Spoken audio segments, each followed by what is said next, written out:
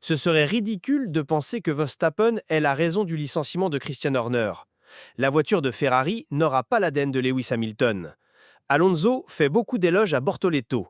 Et Antonelli n'est pas un problème pour Russell, mais Verstappen en serait un. Parlons-en maintenant. Mais avant cela, abonnez-vous à la chaîne pour recevoir des actualités quotidiennes de Formule 1. Commençons donc cette vidéo en parlant de la situation de Red Bull et de Max Verstappen, n'est-ce pas? On sait que le déroulement a pris une ampleur bien plus grande que ce qui était initialement prévu. Christian Horner, licencié après 20 ans dans l'équipe, et ce que nous avons, c'est un article très intéressant de Formule 1 Analyse Technique, d'accord? Vous trouverez le lien dans la description, comme je laisse toujours les sources pour vous, et en résumé, il dit ceci. Penser que Christian Horner a été licencié uniquement et exclusivement à cause de Verstappen serait, selon les mots de l'auteur, ridicule. Pourquoi ? Verstappen est un pilote qui est sur le point de quitter Red Bull, n'est-ce pas? Il y a une chance considérable qu'il parte, surtout si, au Grand Prix de Hongrie, il se retrouve à la 4e place du championnat des pilotes. Mais aussi parce que Christian Horner est une pièce maîtresse de la croissance de Red Bull. On ne vire pas l'homme qui a mené l'équipe à 2 cycles victorieux, qu'il a construite depuis zéro, juste parce qu'un pilote qui est sur le point de partir veut un peu plus de pouvoir. Donc je pense que cette ligne de raisonnement a du sens, d'accord? Je crois que cette théorie a beaucoup d'impact en interne, dans le sens où Red Bull n'a pas pris cette décision uniquement à cause de Verstappen. Très probablement, Red Bull l'a licencié, toujours selon l'auteur, pour de nombreuses raisons. C'est-à-dire qu'il y a eu la sortie de plusieurs membres clés de l'équipe, Adrian Newey étant le principal nom, il y a une lutte interne pour le pouvoir et peut-être une usure de la relation de 20 ans, où Red Bull ne croit peut-être plus, n'a plus autant confiance que Christian Horner pourrait mener un 3e cycle victorieux. Ce qui est discutable car on le sait, l'homme y est parvenu 2 fois en traversant des périodes totalement différentes. Je pense que la capacité de se réinventer est quelque chose que possède Christian Horner. Il y a déjà beaucoup de rumeurs selon lesquelles Horner et Aston, probablement Aston Martin, cherchent à acheter une équipe. Mais ça, c'est une autre histoire pour une autre vidéo. Donc oui, cela a du sens. La théorie ici, l'idée de Roberto Titeri, je crois que c'est comme ça qu'on prononce, a du sens. Verstappen ne serait pas l'élément central de ce licenciement. Il peut être l'un des facteurs, mais pas le principal. Et il reste encore à savoir si Verstappen va ou non quitter Red Bull. On en parlera un peu plus tard dans cette vidéo. A tout de suite. En quittant Red Bull pour aller du côté rouge de la force, nous avons Lewis Hamilton qui souhaite que la voiture de 2026 ait davantage son ADN, qu'elle reflète un peu plus son style de pilotage, ce qui ravive ce débat dont on a déjà parlé plusieurs fois. Est-ce qu'une voiture est construite pour un pilote ou pas? Toute cette histoire. Eh bien, Lewis Hamilton exprime son désir d'influencer la conception de la voiture de 2026 avec son ADN pour qu'elle s'adapte mieux à son style de conduite. Mais le développement initial privilégie la performance maximale sans intervention directe des pilotes. Cela figure d'ailleurs dans l'article que vous trouvez dans la description. Les préférences des pilotes ne sont prises en compte que dans une phase ultérieure, lors des ajustements fins. Donc toute cette théorie selon laquelle la Red Bull est faite pour Verstappen, la Ferrari pour Hamilton, la Mercedes pour Russell, etc., ce n'est pas comme ça que ça fonctionne pendant la phase de développement initial. La voiture est conçue pour être la plus rapide possible. Ensuite, quand elle va en piste, le pilote donne son retour. Et là, évidemment, le premier pilote a la priorité. Mais vous voyez, c'est un sujet qui est déjà dépassé. Pourtant, Hamilton veut justement que ce développement corresponde davantage à lui, qu'il soit plus orienté vers son style. On voit que même si la voiture est complètement nouvelle, Charles Leclerc s'y adapte mieux, etc. Hamilton reste un peu en retrait, mais pas tant que ça en considérant qu'il a aussi 40 ans. Ce n'est plus un jeune pilote. Il s'en sort plutôt bien, Lewis. Je dirais qu'il fait un bon travail dans l'ensemble. Il doit encore s'adapter à certaines choses, progresser. La Ferrari maintenant, avec la suspension que nous avons présentée dans une vidéo ici, promet beaucoup. Mais je comprends le point de vue d'Hamilton. Voyons ce que Ferrari va faire. Il semblerait qu'Hamilton soit déjà un peu plus proche du directeur du châssis chez Ferrari, Loïc Serra, et voyons ce que Serra fera à propos de Lewis Hamilton.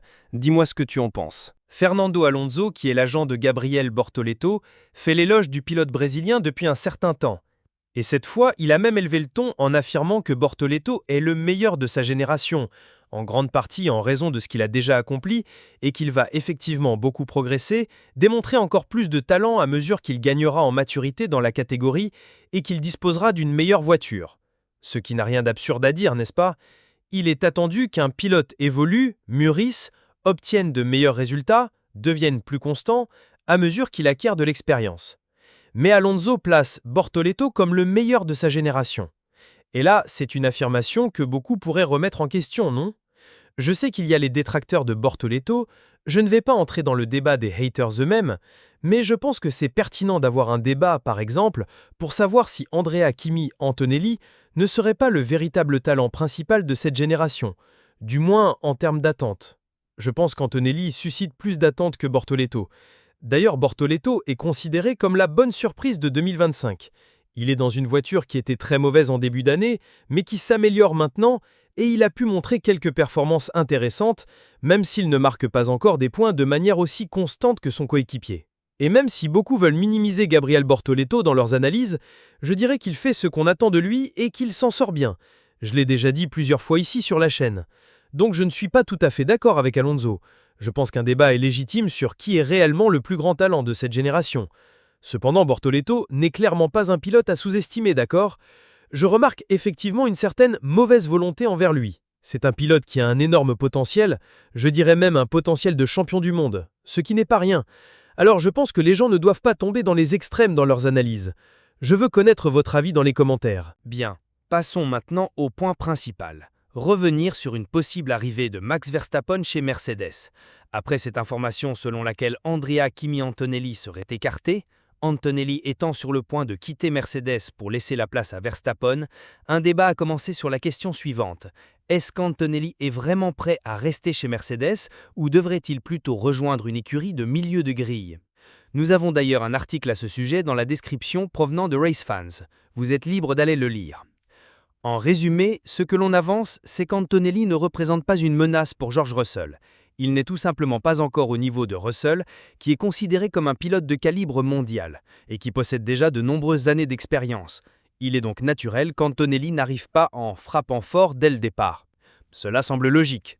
En revanche, le fait d'amener Verstappen pourrait être bien plus préoccupant pour Russell que pour Antonelli. Comme Antonelli débute en Formule 1, il ne serait pas attendu qu'il roule au même rythme qu'un quadruple champion du monde au sommet de sa carrière.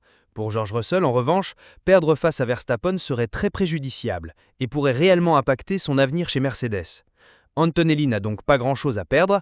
S'il rejoint une équipe de milieu de peloton comme Alpine, ce qui est actuellement envisagé, il pourrait y passer 1 ou 2 ans puis revenir chez Mercedes, une écurie de pointe. Pour Russell, par contre, il risquerait de se brûler en comparaison avec Verstappen, surtout dans un scénario où Verstappen dominerait avec une certaine marge. Dans ce contexte, Verstappen représente une menace bien plus grande pour George Russell qu'Antonelli sur le long terme.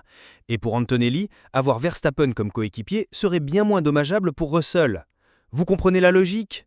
Moi, je suis d'accord avec cette analyse présentée dans l'article, mais je serais plus satisfait de voir un duo Russell-Verstappen qu'un duo Antonelli-Verstappen, justement parce que je pense qu'il serait très dommage que George Russell se retrouve sans une voiture compétitive.